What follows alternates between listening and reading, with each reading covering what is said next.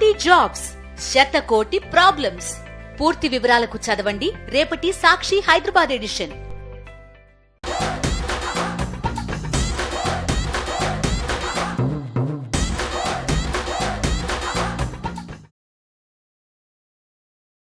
అందరికీ నమస్తే. గరం గరం వార్తలకు స్వాగతం. ఎప్పటి లెక్కనే ఇవాళ కూడా చాలా వార్తలు పట్టుకొచ్చిన. వార్తలు చూసే ముందు హెడ్లైన్స్ చూద్దాం పారి. ఒక్క స్టూడెంట్ మీద ఖర్చు 13 లక్షలు కావాలనే చేస్తున్నారో చదువుల శాఖ ఆఫీసర్లు. జీతం పెంచలేదట కంపెనోళ్ళు, పలగొట్టిండు కనబడ్డ వస్తువులు. క్షమాభిక్ష పొందినై 2 కోళ్ళు, బైడెన్ చేయబట్టి దక్కినై వీటి పానాలు. ప్రపంచ యాత్రకు బయలుతానంటున్న రాజేషు. హాయ్ ఫ్రెండ్స్, నేను మీ రాజేష్ అన్వేషణ. ప్రపంచాన్ని అన్వేషించడానికి ఆరక్షణం కూడా ఆలస్యం చేయకుండా ఇప్పుడే ప్రపంచ యాత్రకు వెళ్ళిపోతున్నాను ఫ్రెండ్స్. ఏడుకొండలవాడ వెంకటరమణ గోవిందా గోవిందా. ఏంది స్వామి అరాచకాలు? బయట పిచ్చి పిచ్చి రీల్స్ చేస్తున్నారు అంటే పోనీలే, వాళ్ళ పిచ్చి వాళ్ళకి ఆనందం అనుకుందు. కానీ స్వయంగా నీ దగ్గరికే నిండు భక్తితో వచ్చి కూడా ఈ పిచ్చి రీల్స్ ఏంది స్వామి? చిత్తం శివుని మీద భక్తి చెప్పుల మీద అన్నట్టు ఇగో ఈ బిగ్ బాస్ పిల్ల ప్రియాంక చిత్తం వెంకన్న మీద పెట్టి భక్తి ఏమో రీల్స్ మీద పెట్టింది. అందుకే చూడుండ్రి, వెంకన్న దర్శనానికి పోకుంటా కూడా ప్రియుడు శివతోని కలిసి ఎటువంటి ఎర్రి చేష్టల రీల్స్ చేసిందో చూస్తుంటే నిజంగానే పులి కనపడి భయంతో ఉరుకుతున్నారు అన్నట్టు బిల్డప్ ఇచ్చి అటెంక అంత తూచ్ ఉత్తదే ఇది ప్రాంక్ అని ఇగిలించుకుంటూ నవ్వుతున్నారు. మరి ఇక్కడ భయపడ్డానికి వచ్చావను? ఏం కాదు, నువ్వు భయపెట్టావు. నువ్వు అక్కడ ఏదో నాకు కనిపించింది అంతే, సరేనా? నీకు చెప్తే చీతాని పెడతావా? ఏడుకొండలవాడ ఏంకన్న స్వామి, ఇక వీళ్ళని ఏం చేస్తే మంచిగుంటది? అరే వీళ్ళు ఇట్లు ఉరుకుతున్నది చూసి ఎంతో మంది భక్తులు భయపడి ఆన్నే ఆగిపోయిండ్రు. అసలే ఈ నడుమ తిరుమలలా పులుల భయం ఎక్కువైంది. అందుకే భక్తుల చేతులకు దుడ్డు కర్రలు ఇచ్చి పంపితే ఆ కర్రలు పట్టుకొనే ఇట్లా ప్రాంక్ వీడియో చేసుడుతోని ఎంకన్న భక్తులంతా యమ కోపం చేస్తున్నారు వీళ్ళిద్దరి మీద. మీరు మనుషులేనా? మీకు కొంచెమన్నా దమాకున్నదా? అసలు భక్తుండే కొండ మీదకి వచ్చిండ్రా లేకపోతే టైం పాస్ కొచ్చిండ్రా అనుకుంటా మస్తు గరం గరం అయ్యి వీళ్ళ మీద టీటీడోళ్ళు చర్యలు తీసుకోవాలని అనవట్టిండ్రు. అయినా కొంచెం అన్ను ఉండాలి. అరే చిన్నగానో పెద్దగానో ఇద్దరికిద్దరు ఓ పేరు సంపాదించుకునే అయినా కూడా ఈ చిల్లర రీల్స్ ఏంది వ్యూస్ కోసం ఇప్పుడు దెబ్బకి ఈ వీడియోను యూట్యూబ్ నుంచి తీసేసిండ్రట. కానీ ఈ బుద్ధేదో ముందుంటే ముద్దుగొండు అని అంటున్నారు కోపం చేసిన కొందరు భక్తులు.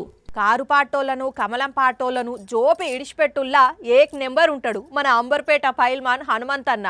కాక సీనియర్ లీడర్ కాబట్టి అన్ని పార్టీల వాళ్ళు రెస్పెక్ట్ ఇస్తారు, జరంతా భయపడతారు కూడా. అట్లుంటది మరి మన పైల్మాన్ పర్ఫార్మెన్స్ కదా. కానీ అసోంటిది తాతకు ఒకళ్ళు జలకిచ్చిండ్రుల్లా. జలకిచ్చుడంటే మామూలు జలకిచ్చుడు కాదు, ఏకంగా తాత వాళ్ళ ఇంటికి పోయే జరంతా పరేషాన్ చేసి వచ్చిండు. ఇంతకు ఏమైంది అంటారా? అయితే ఈ వార్త చూడాల్సిందే. అగో హనుమంతు తాతకు జలకిచ్చిండ్రు, రాత్రిపూట ఎవరో కారును గుద్దిపోయింది చూపెడుతున్నారు. ఇంతకు తాతేడి ఎవరు ఏం జలకిచ్చిండ్రు అంటే ఇంకా అర్థం కాలేదా?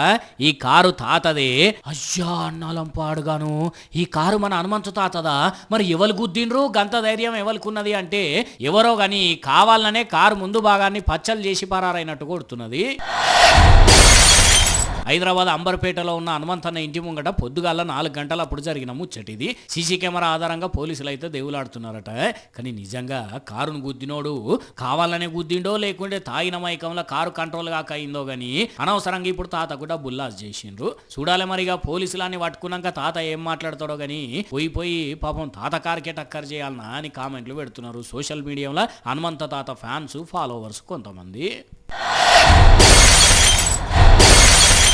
10 మంది కొడుకులు ఉండని ముసలోళ్ళ దగ్గర అంతో ఇంతో పైసలు లేకుంటే ఇక అంతే ముచ్చటుంటది. అన్ని రోజులు ఎట్లా సవరించి సాధింది చూడరు.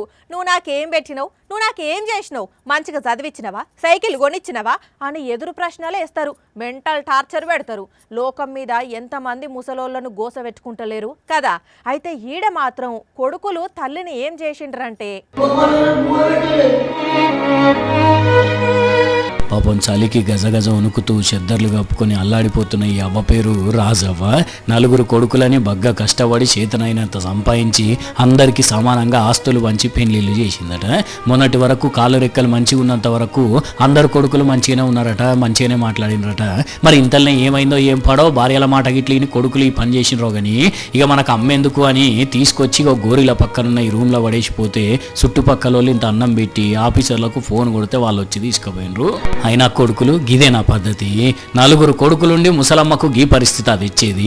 రేపటెల్లుండి మీ ఊర్లో పంచాదులు అయితే తీర్పు చెప్పే కాడ మీ ఇలువకు మాట ఉంటుందా? కానీ పాపం ఏం తిప్పలు ఏంది ముసలమ్మకు. రాత్రంతా శ్మశానం నుండి ఎంత భయపడ్డదో ఎంత ఏడ్చిందో ఆ తల్లి. పాపం చూస్తేనే కళ్ళ పంటనే ఇల్లు వస్తున్నాయి. దేవా, 10 మంది పిల్లలున్నా 15 మంది పిల్లలున్నా ఆఖరికి 5-6 పిల్లలున్నా సర్కార్ ఏం చేస్తుంది? తీసుకుపోయి ఇంకో బడిలో కలిపి ఆ బడి పిల్లలకు ఈ బడి పిల్లలకు కలిపి చదువు చెప్తుంది. టీచర్లను అడ్జస్ట్మెంట్ చేస్తుంది. మొత్తంగా ఒక బడిని ఎత్తేస్తుంది కదా. అయితే ఈడ మాత్రం సర్కార్ అవన్నీ ఆలోచన చేయలేదు. చదువు ఇంపార్టెంట్ ఎట్లుంటుందో చెప్పేటందుకు ఒక్క పాప మీద 12 లక్షల ఖర్చు చేస్తున్నది. అరే అదేంది గవర్నమెంట్ బడిలా అంత ఖర్చు ఎట్లయితది అంటే వార్త చూస్తే మీకే అర్థమవుతుంది. ఒకే విద్యార్థి ఒకే టీచర్, బిల్డింగులు మాత్రం 5-6కి ఎక్కువనే ఉన్నాయి. ఈ ఒక్క షెల్లె కోసమే మధ్యాహ్న భోజనం కూడా వంట చేసేటందుకు వంట మనిషి ఉన్నది. ఈ వంట మనిషికి సాయం చేసేందుకు ఇంకో కార్మికురాలు. 4వ తరగతి చదువుతున్న ఈ ఒక్క షెల్లె కోసం టీచర్ను ఎటూ ట్రాన్స్ఫర్ చేయకుండా ఈయన్నే ఉంచి చదువు చెప్పిస్తున్నది సర్కార్. అయితే మీకు అనుమానం రావచ్చు, గవర్నమెంట్ టీచరే చెప్పుతుంటే 12-13 లక్షల ఖర్చు ఎక్కడిది అని. రైట్, మేం కూడా ఆడికే వచ్చినాం. ఈ మేడానికి ఏడాదికి దాదాపుగా 12 లక్షల జీతం లెక్కేసుకున్న వంట చేసే ఇద్దరికి ఏడాదికి 60,000 ఇస్తున్నారట. మెయింటెనెన్స్ స్పోర్ట్ గ్రాంట్ కింద అవో 10,000. మొత్తం ఈ స్కూలుకు గవర్నమెంట్ 12.84 లక్షలు ఖర్చు పెడుతున్నట్టు లెక్క. అయితే ఇది వరకు ఈ స్కూల్లో చాలా మంది పిల్లలే ఉండేనట. ఈ ఏడాది చాలా మంది పిల్లలు వేరే ఊర్లో ప్రైవేటు బడికి పోతే పైసలు లేని ఈ షెల్లె ఇదే స్కూల్లో 4వ తరగతి చదువుతున్నది. గవర్నమెంట్ కూడా ఒకటే పాప ఉన్నదని ఒకే టీచర్ నుంచి తతిమోళ్లను ట్రాన్స్ఫర్ చేసిందట. కానీ ఈ విషయంలో సర్కార్ను తారీఫ్ చేయాల్సిందే పోండ్రి. మరి ఈ ఒక్కేడాది అయిపోయినాక షెల్లె వేరే స్కూల్ కు పోతుందో లేకుంటే ఒక్క టీచరు ఒక్కరే విద్యార్థి ఉన్నారని గవర్నమెంట్ కూడా తతిమ ఏర్పాట్లు చేస్తుందో గాని. ఓ షెల్లె, నువ్వైతే మంచిగా చదువుకోరా, సరేనా? తొందరగా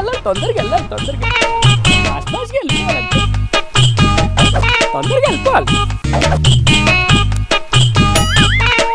అబ్బో, ఈయన ఆఫీస్కి వచ్చేటందుకు రెడీ అవుతుండా, అమెరికా పోయేటందుకు రెడీ అవుతుండా? ఏమో తెగ బిల్డప్ ఇస్తుండు. వెంటనే ఇక్కడ నుంచి వీడియో స్టార్ట్ చేసేయాలి. హాయ్ ఫ్రెండ్స్, నేను మీ రాజేష్ అన్వేషణ. ప్రపంచాన్ని అన్వేషించడానికి ఆరక్షణం కూడా ఆలస్యం చేయకుండా ఇప్పుడే ప్రపంచ యాత్రకు వెళ్ళిపోతున్నాను ఫ్రెండ్స్. ఓ రాజేషు, నువ్వు కూడా ఆటగాడు అనిపించుకుందాం అనుకుంటున్నావా ఏంది? హాయ్ ఫ్రెండ్స్, జుట్టు లేకపోయినా విగ్గు పెట్టుకొని విర్రవిగిపోయా ఈవిడే. నేను ఇంతకు ముందు జాబ్ చేసిన ప్రోగ్రామ్ కి యాంకర్. ఓయ్, ఇది నా ఒరిజినల్ జుట్టు.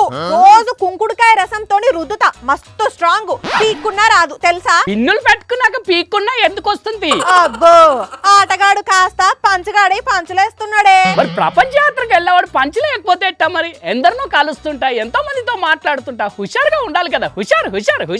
అబ్బో, ఇంతకు ఏ దేశాలకి పోతున్నావు, ఎందుకు పోతున్నావు? నేనా డొనామికా దేశం వెళ్ళి దోశలు తింటా, జమైకా పోయి జాంకాయలు కొంటా, బెలీజ్ పోయి బెల్లం తింటా, ఫ్రెండ్స్ ఘాటమల పోయి గోటీలు ఆడతా. ఆహా, అంతేనా?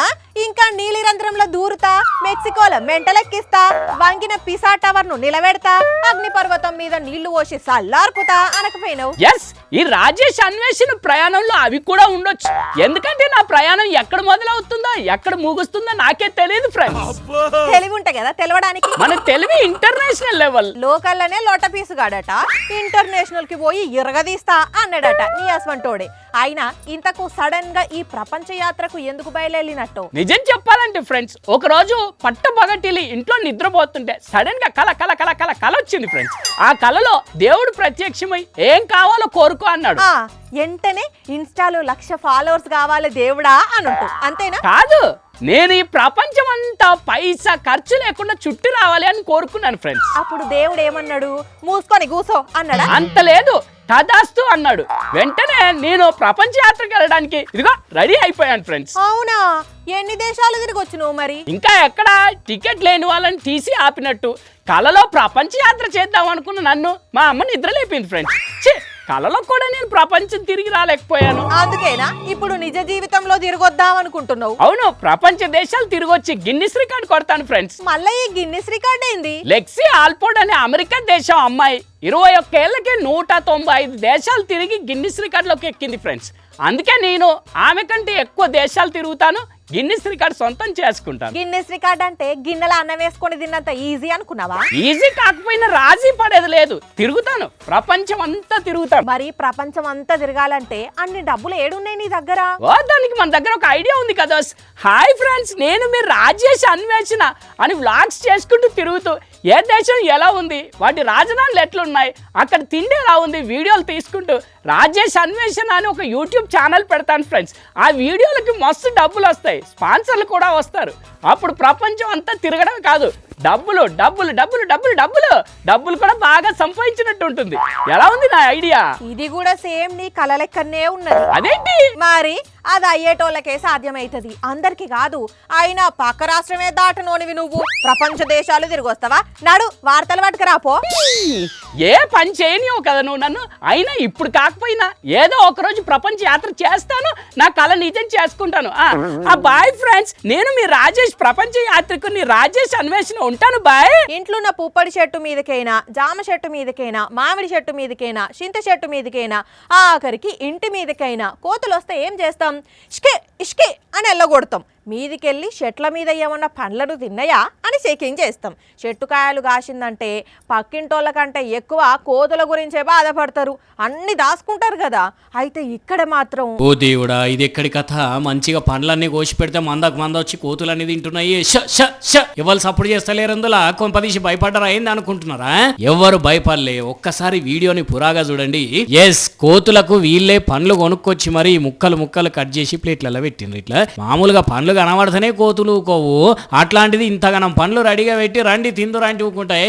అందుకే ఉరికొచ్చి ఇట్లా లొట్టలు వేసుకున్నాయి. థాయిలాండ్ లో ముచ్చటిది. ప్రతి సంవత్సరం నవంబర్ చివరి అయితారం నాడు ఇట్లా కోతులకు ఒక రోజు కేటాయించి పండ్లు కూరగాయలు పెడతారట. అక్కడ చాలా రోజుల నుండి వస్తున్న ఆచారం అట ఇది. అట్లనే ఈసారి కూడా పెట్టేసరికి కోతులు కుమ్ముడుగు మినాయి అన్నట్టు. కానీ నిజంగా ఈ ఆచారాన్ని అయితే మెచ్చుకోవాలి వల్ల, ఎందుకంటే మామూలుగా మనుషులకైతే ఎవరైనా దానాలు చేస్తూనే ఉంటారు, అదోటి ఇదోటి ఇస్తూనే ఉంటారు. కానీ మూగ జీవాలను పట్టించుకునే వాళ్ళు ఎంతమంది ఉంటారు, జంతు ప్రేమికులు తప్పితే. ఇట్లాంటి ఆచారం ఒకటి ఉండు చేయబట్టి అందరికందరూ మూగజీవాల కోసం ఇట్లా పండవ ఫలమో తినిపిస్తారు కదా. కాకుంటే కేవలం కోతుల కోసం అని కాకుండా ప్రతి జీవి కోసం ఒక రోజు పెట్టి దాన్ని ఆచారంగా ఫాలో అయితే ఇంకా మంచిగా ఉంటుందేమో కదా. నిన్ననే మనం ఓ వార్త చూసినాం. వింత వింత పాములను ఓ దేశం నుంచి ఓ దేశానికి తీసుకుపోతున్నారు. వీటిని చూసి ఆఫీసర్లు శంషాబాద్లో పట్టుకున్నారు అని. మరి ఆ పాములు, బల్లులు, తొండలను ఏం చేస్తారో గాని ఇగో ఇవాళ మళ్ళా విశాఖపట్నంలో కూడా అసవంటి కొన్ని వింత జీవులను ఆఫీసర్లు పట్టుకున్నారు. ఒక్కసారి చూడుండ్రి అవి ఎట్లున్నాయో. అప్పుడే కోసిన మేక లివరు కిందికి మీదికి కొట్టుకున్నట్టు సేమ్ అట్లనే ఉండి ఎట్లా కొట్టుకున్నాయో కదా ఇవి. కాకపోతే ఇవి లివర్లు కాదు, బల్లులు. ఇవే కాదు, ఇగో ఇవి కూడా బల్లులే. బల్లులైతే ఇట్లెందుకుంటాయి ఉల్లా? ఇప్పటిదాకా మన గోడల మీద ఎన్నో రకాల బల్లులను చూసినాం గాని ఇటువంటి బల్లులు ఎప్పుడు కనపడలేదు కదా అనుకుంటున్నారా? ఓహో, ఇవి మన దేశం బల్లులు కాదు, ఫారిన్ దేశం బల్లులు. అన్ని దేశాల్లో ఉండే మనుషులు మన తరికనే లేరు కదా, అట్లనే అన్ని బల్లులు కూడా సేమ్ ఉండే అన్నట్టు. అయితే ఇట్లా వింత వింత ఉండే బల్లులను ఓ దేశం నుంచి ఓ దేశానికి అడ్డదారిన పట్టుకపోతున్నారు కొందరు బల్లిగుడ్ల మోకం స్మగ్లర్లు. మరి వీటితోని ఏం చేస్తారో ఏమో గాని ఇప్పుడు థాయిలాండ్ నుంచి మన దేశానికే తరలిస్తుంటే విశాఖ ఎయిర్పోర్ట్ లా కష్టపడి పట్టుకున్నారు కస్టమ్స్ ఆఫీసర్లు. ఇక ఇవి మరి ఇయాల్టి గరం గరం వార్తలు. మళ్ళీ రేపు ఇదే టైంకి చాలా వార్తలతోని కలుసుకుందాం. అప్పటిదాకా చూస్తూనే ఉండండి సాక్షి టీవీ. టైం యాదుకున్నది కదా, రాత్రి 8:30కి, మళ్ళీ పొద్దుగాల 8:30కి ఉంటాం మరి.